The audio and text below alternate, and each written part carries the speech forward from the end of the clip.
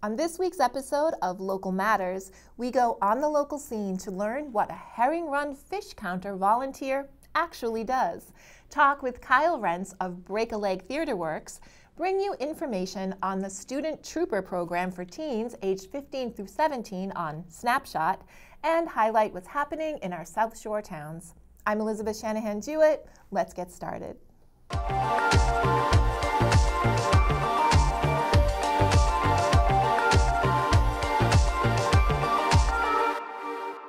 How does a herring run? Alewife and blueback herring spawn in fresh water and mature in salt water, bringing steady numbers of these fish in from the ocean to Town Brook around the second week of April. Tiff visited with Warden Nate Christofari to learn more about it in On the Local Scene, Plymouth Town Brook Herring Run.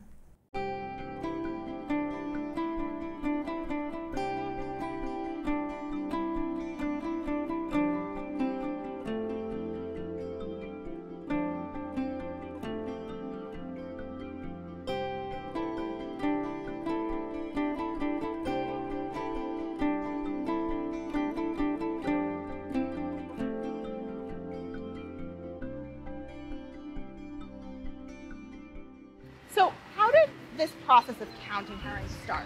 So it started back in 2008. We have data on Town Brook since 2008. Every single year since then, we have volunteers that have shown up and done the counts for us. And it really was just the precursor to trying to track this population and ensure that the population of herring and the riverine system in of itself are all staying healthy. So we wanted to make sure that if there's a decrease in population, are we able to, and when I say we, I mean the state and all these partner agencies, are able to kind of track down and see what that result is, why the population are dropping. We do know that there's direct correlations to over-harvesting, whether it's downstream or it's in the river system, legally or illegally, as it could be, or dams that are in place, or nutrient loading, pollution. There's all sorts of different things that can affect their population. So if we are able to collect that data every year in Town Brook and then the hundreds of other locations across the state, we can really look at that population as a whole in Massachusetts and track how it's doing. So how many people usually volunteer every year? So it varied. Obviously, during the pandemic, we dropped a little bit, but for the most part, somewhere between 25 and 35, which is great. It's a great number of volunteers we have. So is it all walks of life, people from all ages? Yeah, we have elementary school kids that will come down maybe once a week after school. We have a lot of retired folks that are looking to get out during the nicer months, so it's a great way to do it. And then people in our office will come down during lunch, so it really is, it covers the gambit of ages. And it really doesn't matter how old you are, as long as you can count, that's all we really need to do. And we give people tally counters too if they need it, but it's a pretty simple process. How do people sign up? They can contact our department directly, or they can contact me directly. My email's on our town website. But I usually send out an email to the previous year herring counters. I put like an email list together just so I can keep everybody updated. I'll send out an email usually around February of that next coming year to alert everyone, hey, start thinking about it, it's coming up again. To get the word out, we'll post stuff on our website, on our Instagram page, and just try and recruit volunteers however we can. So what's the importance of actually counting these fish while they migrate? There's a lot of different reasons that we're doing it. Like I said before, it's a state program where we're trying to track the population across all of Massachusetts. Now, years ago, there was a legal fishery for herring in the river. You could actually come down to Newfield Street here in Plymouth and actually take them out, and the town and the state would give them to people. And for the most part, they were used for striper bait. They're basically like candy for stripers. But because the populations had declined so drastically in 2006, there was a moratorium put on them, so it made harvest illegal. And so we have to protect that resource. If you lose that food source, then everything up the chain can sort of collapse. So we want to make sure that doesn't happen.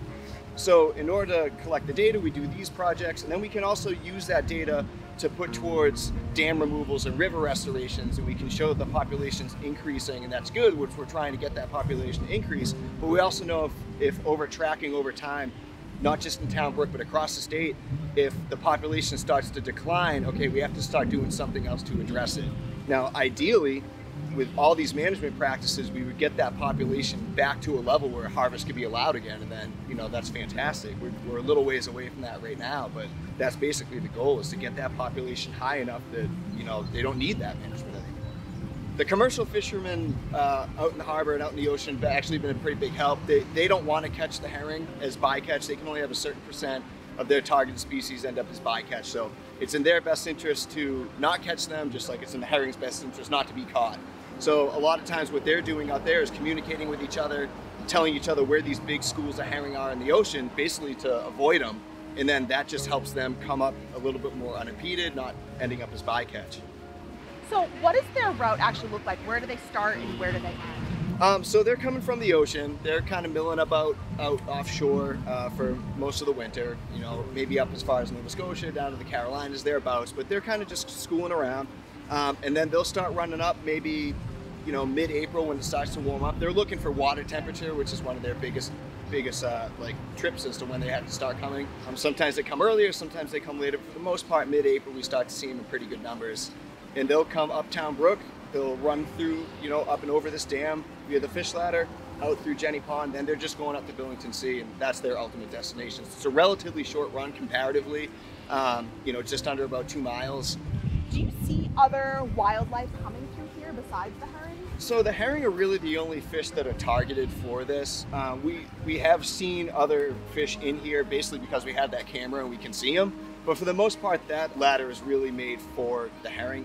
It's a diadromous fish ladder, so it can help different species, you know, up and downstream. For the most part, it really is targeted for herring.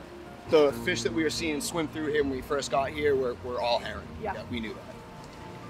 And how do you think like the herring run brings the community together?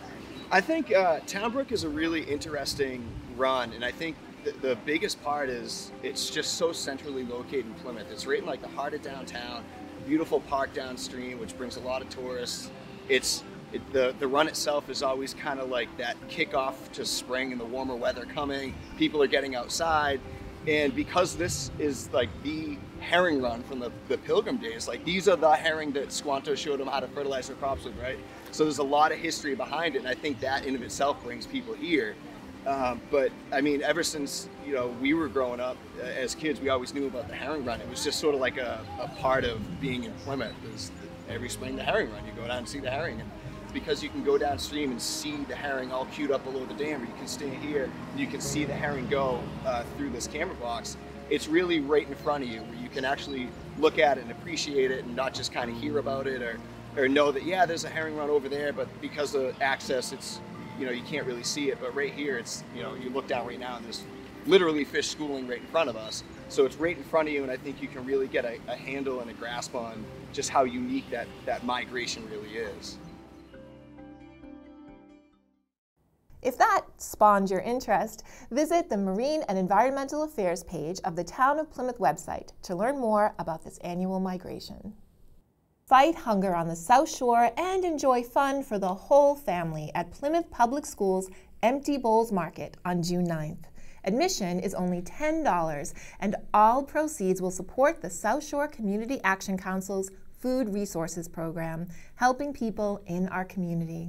The setting is Plymouth South High School from 5 to 7 p.m., and there will be live entertainment, plants, pottery, and food trucks. As a token and remembrance of all the empty bowls in the world, each guest will go home with both a seedling and your own handmade clay pot to plant it in. Learn more at the South Shore Community Action Council Facebook page. Many of our senior neighbors can increasingly find getting to the grocery store a daunting or impossible task. If you or someone you know is homebound or unable to get food, the Pembroke Council on Aging has help available. They offer weekly food pantry deliveries for those who have a need. Please call 781-294-8220 and ask for Kathy or Marie. Break a Leg Theater Works is a nonprofit organization committed to preparing talented children and teens of the South Shore for success in theater arts through workshops, masterclasses, nurturing, and development. Julie Thompson spoke with co-founder Kyle Wrentz to learn what's new and next for Break a Leg. Today, I am so pleased to welcome Kyle Wrentz, who is the founder and CEO of Break a Leg Theater Works. Welcome, so happy to see you today. So happy to see you again as well. Thank you for having me. Absolutely. Just for the people that might not know all about you, can you give a brief bio as to how you got to be the founder and CEO of your wonderful group? Well, believe it or not, so my co-founder, the other co-founder and co-director of Break a Leg Theater Works, we met in third and fourth grade in children's theater. And we were friends, and we did this local theater, and then we wound up going to the same high school, and we did theater there together as well. And then I decided, oh, this is pretty interesting, so I decided to major in it. And I did, and I got my degree in musical theater, BFA, from the Hart School of Music, University of Hartford. And then I was fortunate to get a job right away, so I got a job down at Walt Disney World. So I went down there and sang in a show in Epcot for about a year. And then I auditioned for a little show you might have heard called The Lion King. And I was fortunate to be cast in the third production in the world at the Pantages Theater. And I moved to Los Angeles. The next thing I know, I was doing the show. And that began my career as a professional actor. I've done 5 different companies of The Lion King, including the original Vegas company, the Broadway company, the Taiwan company, the LA company, and the first national tour. And I've also been fortunate enough to tour around to a lot of regional theaters in our country, and also be in the inaugural cast of Hong Kong Disney. And so that was something. And then Healy and I always stayed in touch, and I had gotten an injury on the road and had to take some time off, and I was in a boot, and she said, why don't you come up here? There's a little place that's looking for some content, and maybe we could put something together. And that's kind of how Break a Leg started. That was almost 7 years ago. September will be 7 years. And the rest is history. We started coming up, and I was commuting back and forth. And first, I was so impressed with the talent. The kids were coming from all the different music programs around the area, and I was like, wow. And the other thing that I was able to do is bring in some of the friends that I met through my professional career on Broadway and Hollywood. As you know, as we've done some workshops and master classes at your studio before COVID. So just you're jumping ahead for a sec there, buddy. So Break a Leg Theater Works is more than just putting on shows. You do all kinds of classes. You do camps. You involve the kids in every aspect of performance. Can you talk a little bit about all the different things that children can learn, or adults can learn, from Break a Leg Theater Works? We like to say that we try to provide extraordinary experiences in the performing arts for any interested students. Our students are ages 8 to 18. How do we do that? We do that through classes, master classes with guest stars, so sometimes, and field trips. So sometimes if an artist is coming through that I know and they're starring in a show, like my friend was in Hadestown that just came through, Kimberly Maribel, playing Persephone, she came and did a master class. We also do what we call our musical cabarets. So we pick different themes. Like this year, we just finished one, the 60s, All You Need Is Love. And we had 2 guest artists from New York. And then we also do musicals for the students. So we'll talk about that a little later, but we do musicals in the summer to give them sort of a real professional experience. And then we do summer camps and vacation camps over the vacation school breaks. And yeah, I think that's it. Private coachings as well with Healy and myself. So it's a wide array. We also offer classes for students in other genres of the performing arts, so costume design or scenic design, and we've done some on-camera work at your studio as well. So it's a kind of a full service theatrical and other offering that you give. Now let's talk about the shows that you actually put on. Are they always musicals? So lately we've been doing mostly musicals in the summer, and then the cabarets seem to really take off because they love exploring different themes. Like we've done the Great American Songbook, we've done And the Grammy Goes To, which will be all Grammys music. We've done movie songs, we call that Let's Go to the Movies. We've done Broadway. And then the musicals are just an opportunity to also bring in professionals who've ever worked on that musical, so the kids get an educational experience learning from someone who really knows the musical well, and also meeting kids who are all interested in it from different schools around the South Shore. Got it. So what are you working on now for this summer, this upcoming summer, between camps and performances and everything? Go. We just cast our high school production of A Chorus Line, which will be happening at Thayer Academy June 24th, the weekend of June 24th, 25th, and 26th. We have a guest choreographer.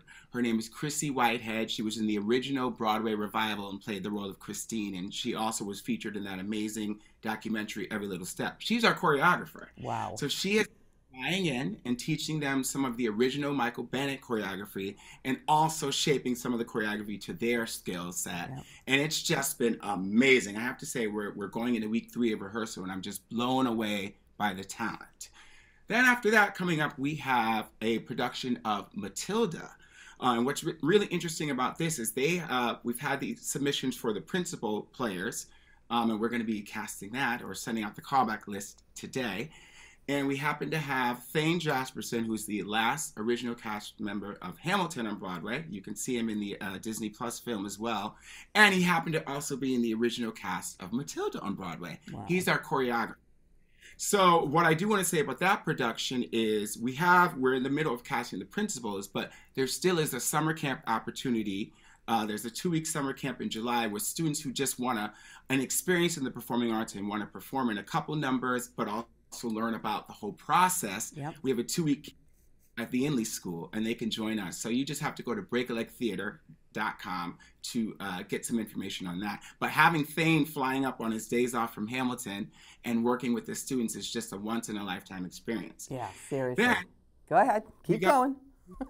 Got into the Pilot program, which is a Disney theatrical group in New York City selects a few theater companies around the world to workshop a new title before it's licensed to the general public. And we were selected. Wow. And we're working on a title called In This Together. Yeah. And it's a review of all Disney songs. I think it's about 35 different songs from their whole entire catalog, Broadway, film, TV, and new mashups and arrangements. And Thane, who's also was in the original High School Musical movies and Newsies on Broadway, is also going to choreograph that. And that's going to happen in August. So let me ask you about the where. Where do you practice? Or is it all over the place? Yeah, it's pretty much all over the place. We don't have our own theater yet. As you know, theaters are hard to come by, and what we need is probably so unique that we've been very fortunate to have some really, really great community partners.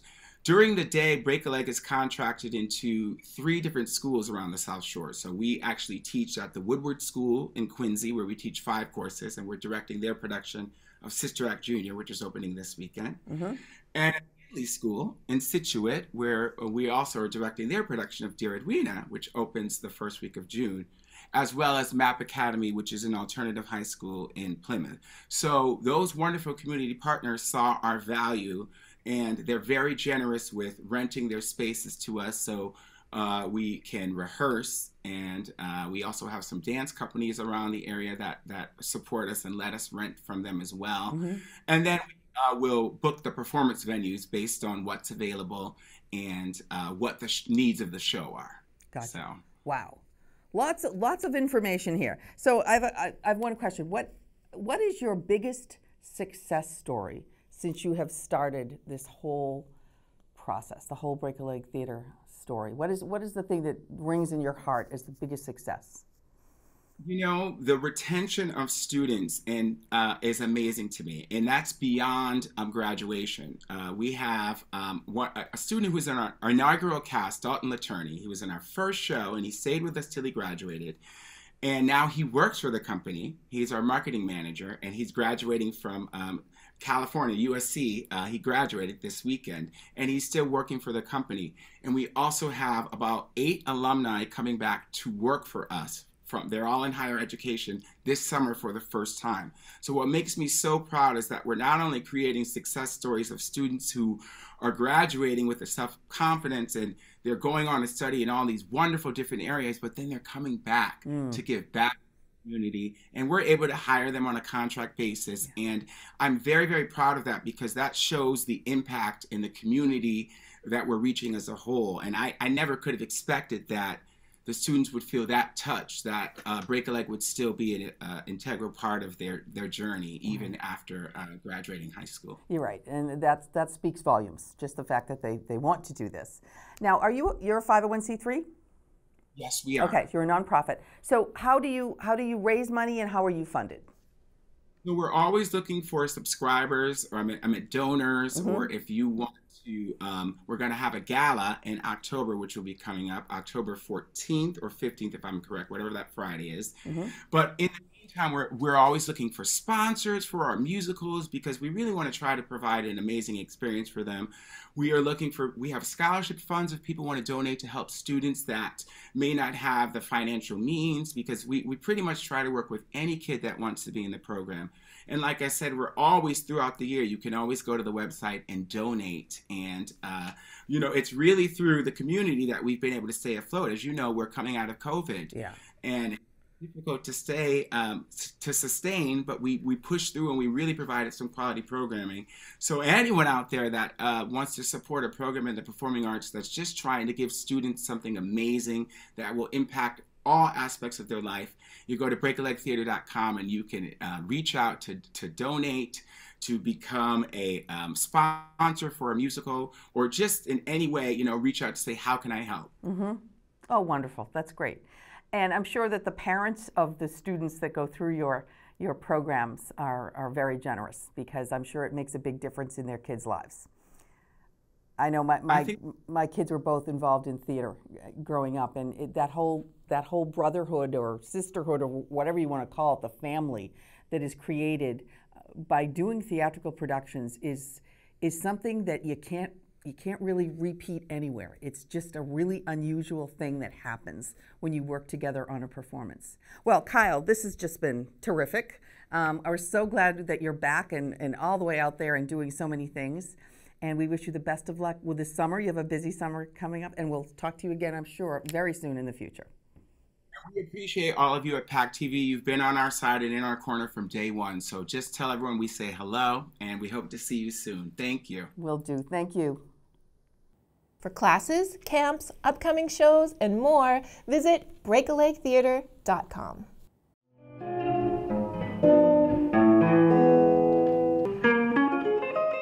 A special performance of accomplished blues and jazz guitarist Paul Spidell will open the Kingston Public Library on Saturday, May 28th at 1:45 p.m.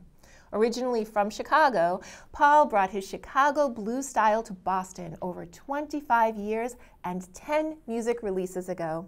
He has become a prominent part of Boston's jazz and blues scene as a composer, producer, guitarist, and educator. Don't miss this Memorial Weekend musical treat. Visit the library's website to register.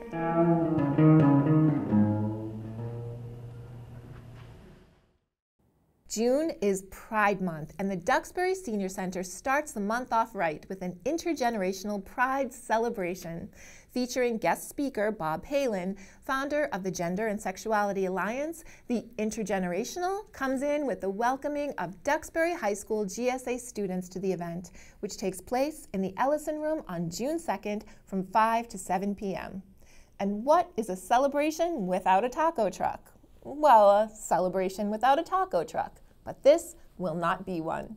The South Shore Taco Truck will be on hand for tacos with pride. Register via the Duxbury Senior Center website. Up next is Mark McKinley with an all-new Snapshot. Welcome to Snapshot, where we take a local look at the government stories that you may have missed.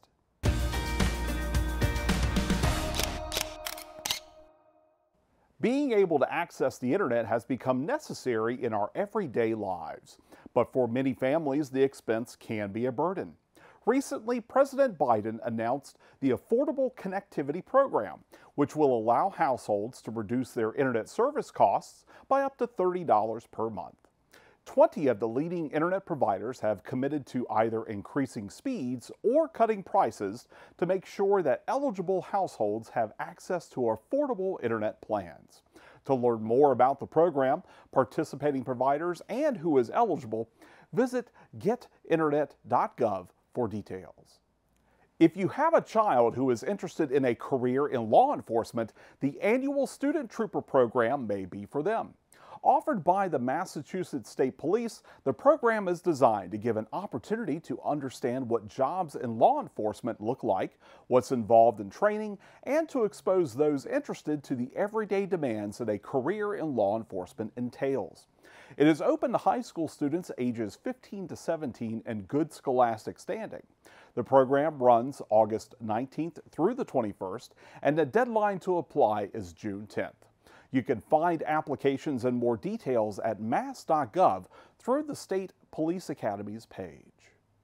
Beginning May 27th, the Plymouth County Mosquito Control Project will begin truck-based adulticide applications. Spraying will be done between 2 a.m. and sunrise, Monday through Friday through October. Plymouth County residents can request spraying of their area by calling 781-585-5450. You can visit plymouthmosquito.org to find a list of updated streets to be sprayed for the following day and a link to the state's website to exclude your property from a wide area pesticide application. Beach stickers for Plymouth residents and property owners are now available. Visit plymouth-ma.gov and click on the Beach Info button on the main page in the Citizen Action Center to be brought to the Beach Information page with links to purchase stickers as well as information and regulation of beach stickers. Resident beach and pond and Long Beach 4x4 stickers can only be purchased online. Stickers are valid for the 2022-2023 beach season and will expire on December 31st, 2023. For residents in the Whitehorse Beach District area, the purchase of one of these stickers will allow you to receive 4 parking guest passes. Parking in this district will require a resident beach, Long Beach 4x4, or guest pass to legally park. Parking enforcement throughout the town will begin in many locations on Saturday, May 28th. Be sure to check the town's website for additional information and updates. Also, the town of Plymouth has started water restrictions. Through September 30th, outdoor watering is restricted to 60 minutes per day. Even-number homes can use outdoor water on Tuesdays, Thursdays, and Saturdays only. Odd-number homes can use outdoor water on Wednesdays, Fridays, and Sundays. Watering is permitted between 5 a.m. and 7 a.m. and 5 p.m. to 7 p.m. No outdoor watering is allowed at all on Monday and not between 7 a.m. and 5 p.m. Tuesday through Sunday. For more info, you can contact the Water Department at 508-830-4162. Thanks for watching this edition of Snapshot. I'm Mark McKinley, and we will see you next time.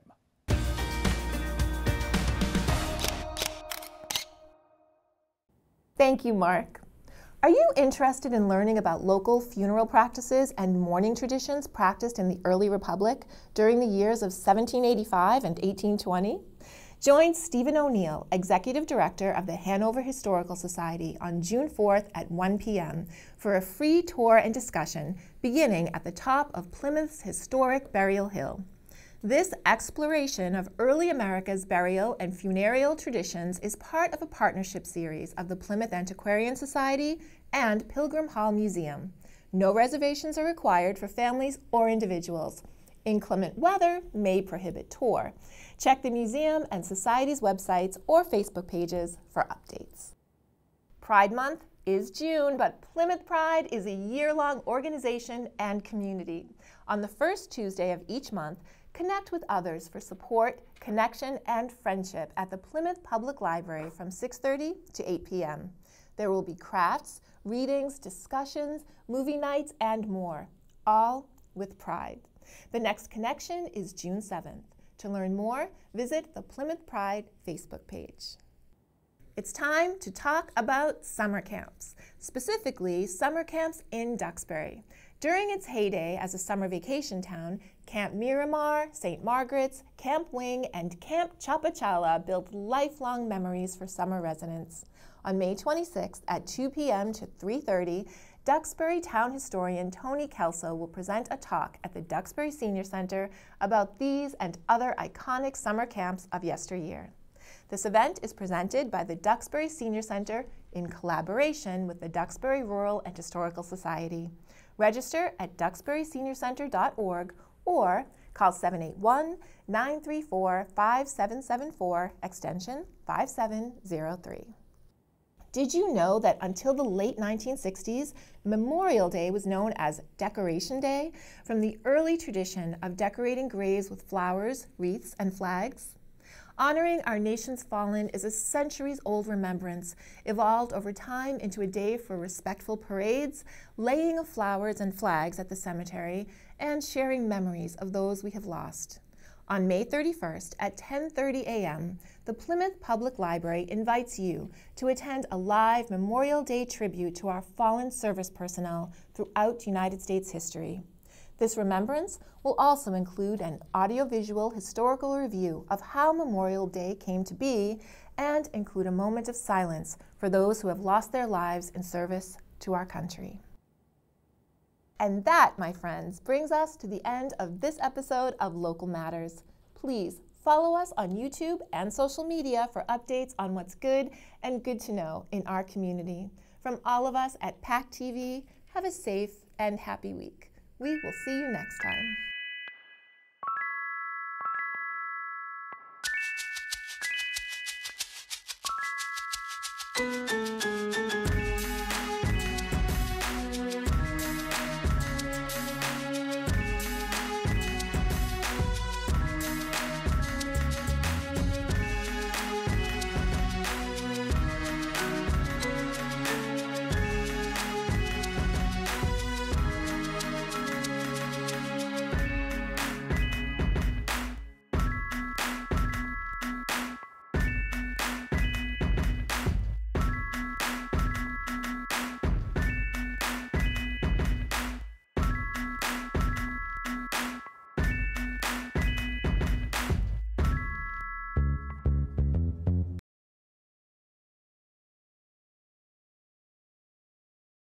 Thank you for watching. We are grateful for your attention.